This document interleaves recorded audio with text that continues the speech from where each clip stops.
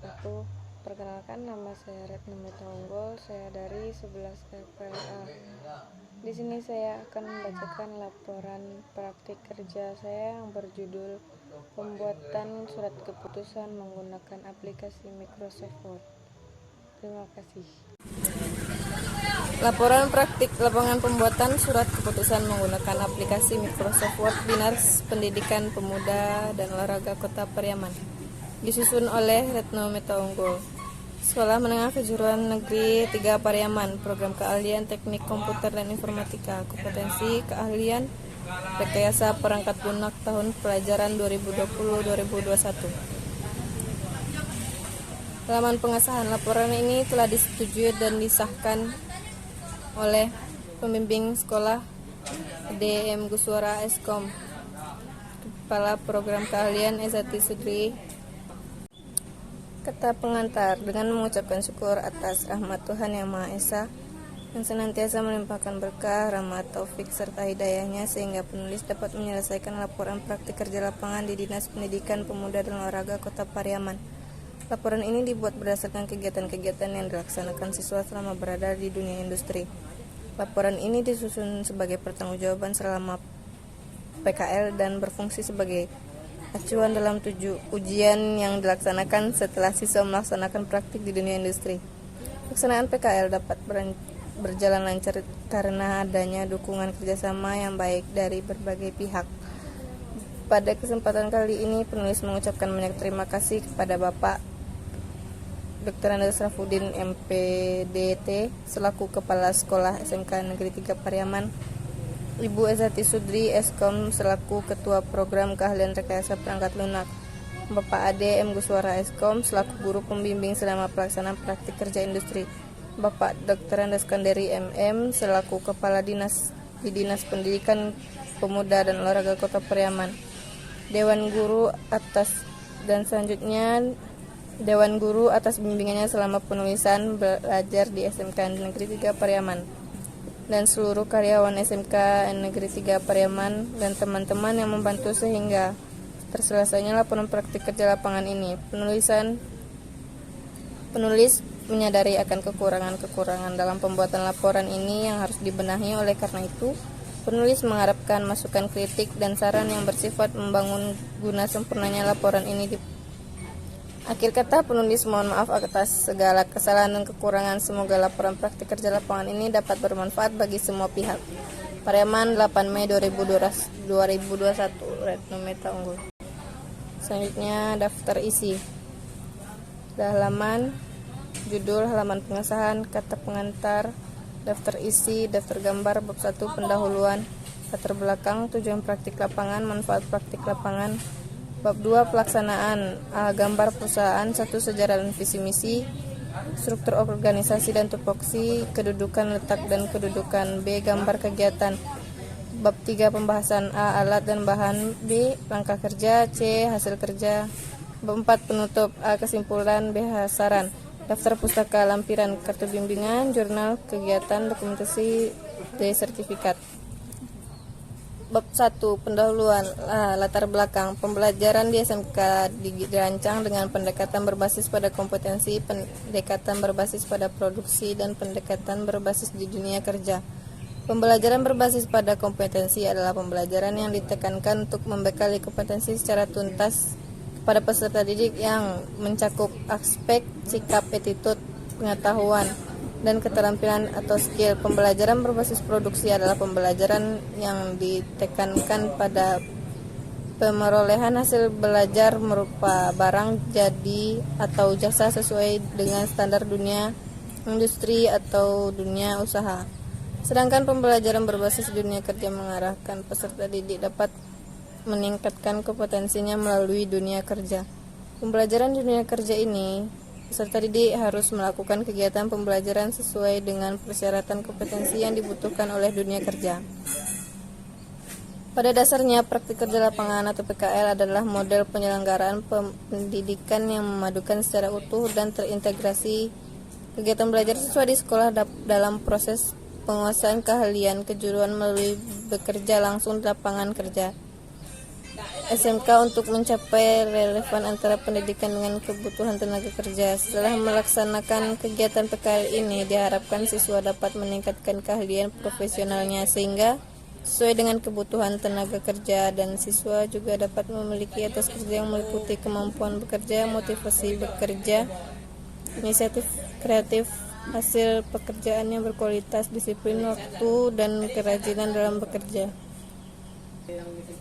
B. Tujuan praktik lapangan program PKL disusun bersamaan antara SMK dan IDUKA yang menjadi institusi atau industri pasangan atau IP dalam pelaksanaan PKL untuk memenuhi kebutuhan peserta didik sebagai peserta PKL, sekaligus merupakan wahana berkontribusi bagi IDUKA terhadap upaya peningkatan kualitas pendidikan di SMK. Tujuan PKL antara lain sebagai berikut. 1. Memberikan pengalaman kerja langsung atau real kepada peserta didik dalam rangka menanamkan iklim. 1. Memberikan pengalaman kerja langsung atau real kepada peserta didik dalam rangka menanamkan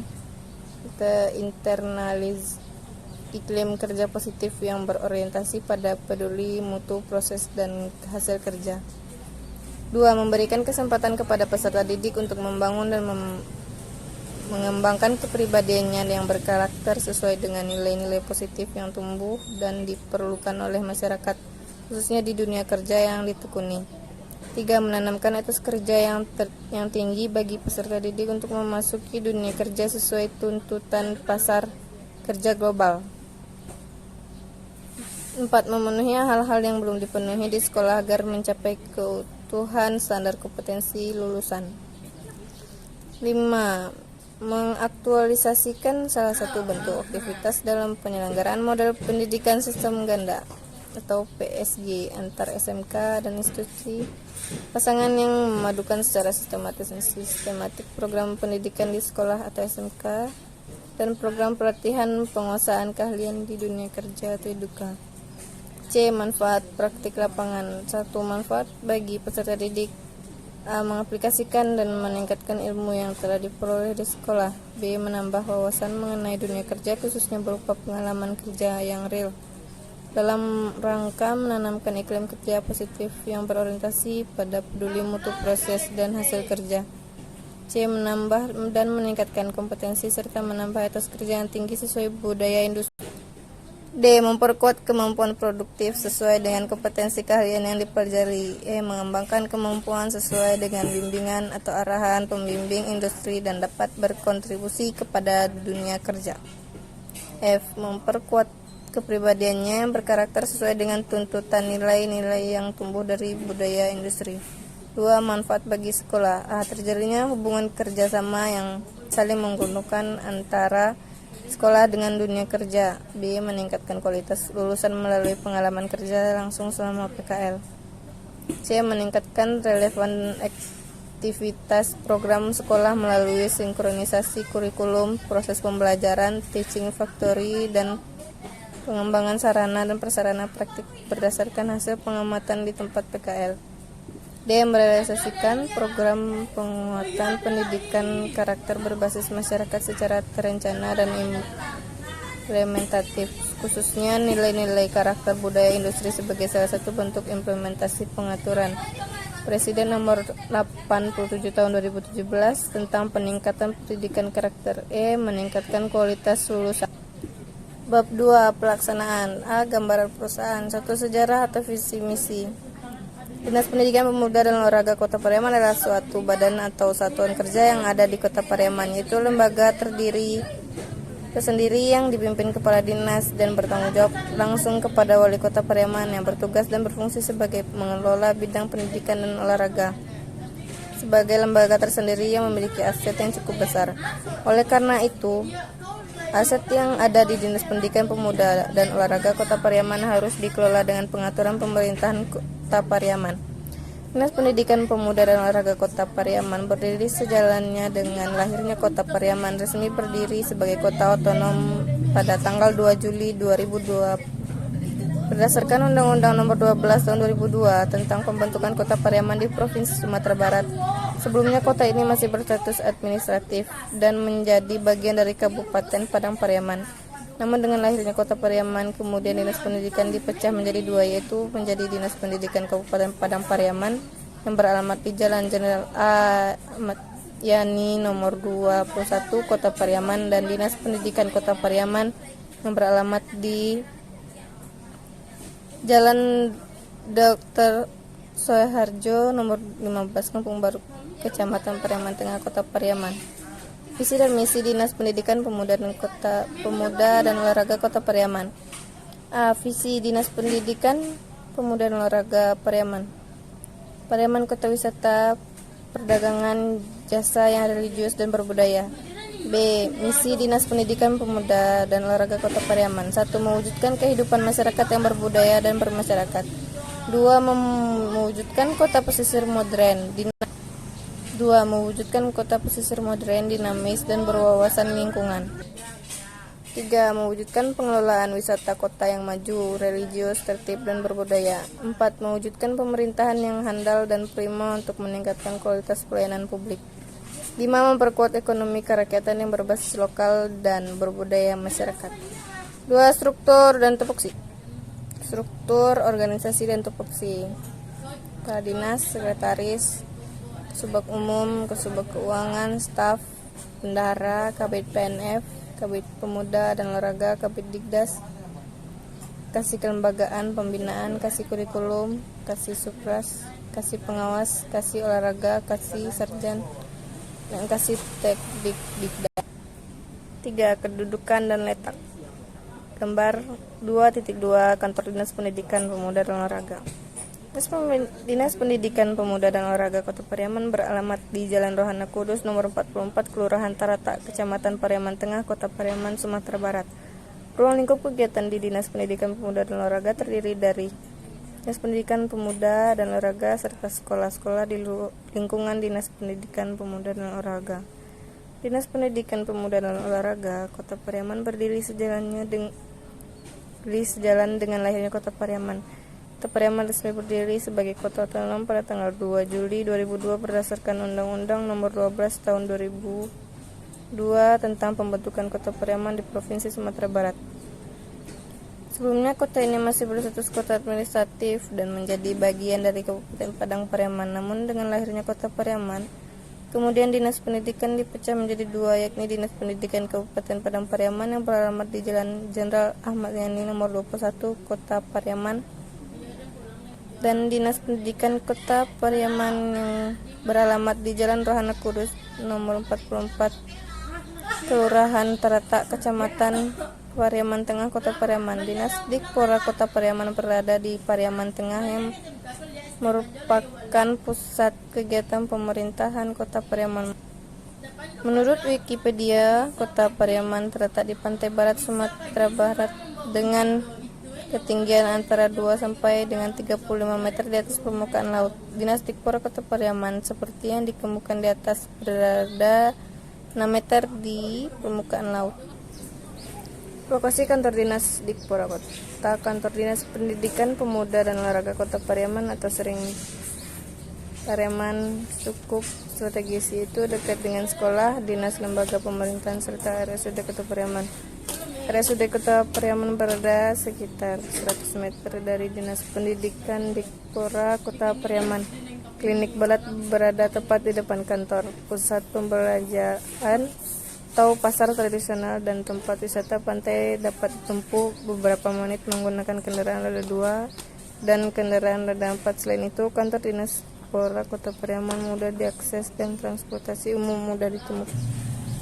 B. Gambaran kegiatan. Waktu perkiraan dilaksanakan selama 3 bulan kurang lebih, yaitu mulai dari tanggal 15 Februari sampai 8 Mei 2021. Perkiraan ini dilaksanakan di Dinas Pendidikan Pemuda dan Olahraga Kota Pariaman dari pukul 7 waktu Indonesia Barat sampai dengan 16 waktu Indonesia Barat dengan seragam pada hari Senin sampai Rabu memakai baju hitam putih.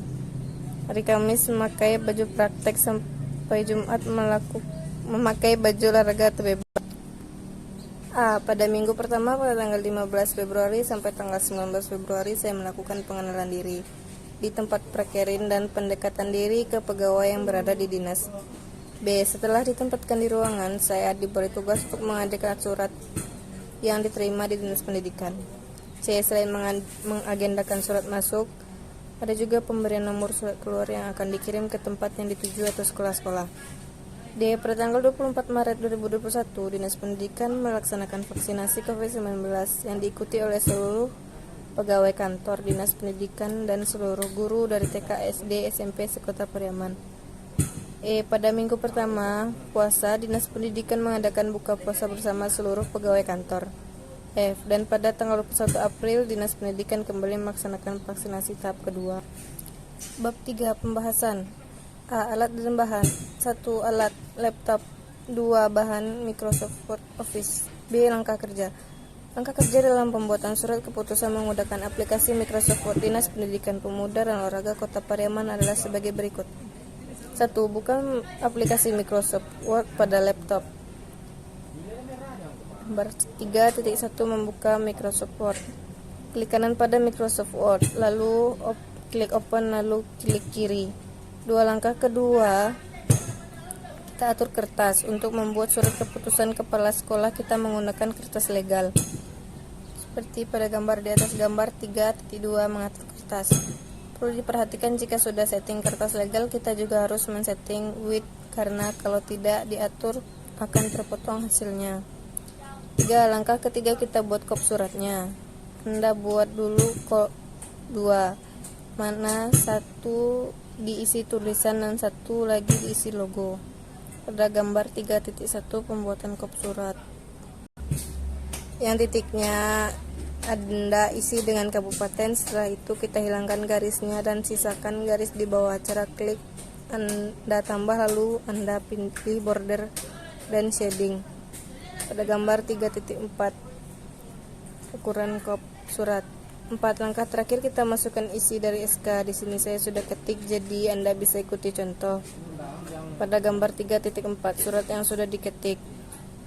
C. Hasil kerja. Berikut adalah contoh surat yang sudah selesai dibuat dan telah ditandatangani oleh kepala dinas. Pada gambar 3.5 surat yang sudah selesai. Bab 4. Penutup. A. Kesimpulan. Dengan adanya praktik kerja industri atau prakerja dapat mengambil kesimpulan bahwa kegiatan ini sangat bermanfaat bagi siswa dan siswi sekolah menengah kejuruan atau SMK. Pengalaman kerja yang didapatkan akan membuat siswa memiliki keahlian yang profesional dalam bidangnya. B. Saran. Pada akhir dari bagian karya tulis ini, saya akan menyampaikan saran-saran baik untuk pihak sekolah maupun bagi pihak industri tentang pelaksanaan praktik kerja lapangan atau PKL. Diharapkan agar kerjasama antara sekolah dengan perusahaan lebih ditingkatkan dengan banyak memberi peluang kepada siswa-siswi SMK untuk praktek kerja lapangan. Karena keterbatasan kemampuan yang dimiliki oleh siswa, saya sebagai penulis laporan ini sangat mengharapkan kritik dan saran dari para pembaca. Dokumentasi kegiatan. 1. Rapat pembekalan perakitan soal. Pada gambar tersebut. 2. Rapat program Merdeka Belajar. 1 gambar. 3. Gotong royong di Taman Pantai Kota Pariaman. Pada gambar berikut. 4. Mengadakan surat masuk. Pada gambar